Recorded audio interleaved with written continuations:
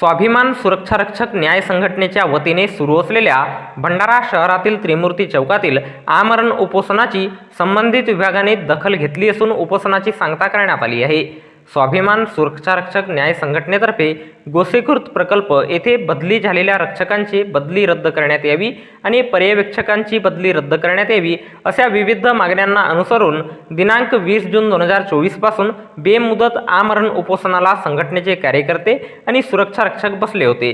तर दिनांक 25 जून 2024 रोज मंगळवारला सायंकाळी 5 वाजता या सर्व प्रकरणाची दखल घेत संबंधित अधिकाऱ्यांनी उपोषण स्थळी भेट देऊन मागण्या मान्य करत उपोषण सोडविण्यात आले। याप्रसंगी भारतीय जनता पक्षाचे भंडारा पवनी विधानसभा प्रभारी अनुप ढोके यांनी उपोषणकर्त्यांना भेट देऊन त्यांची सर्व परिस्थिती समजून घेतली।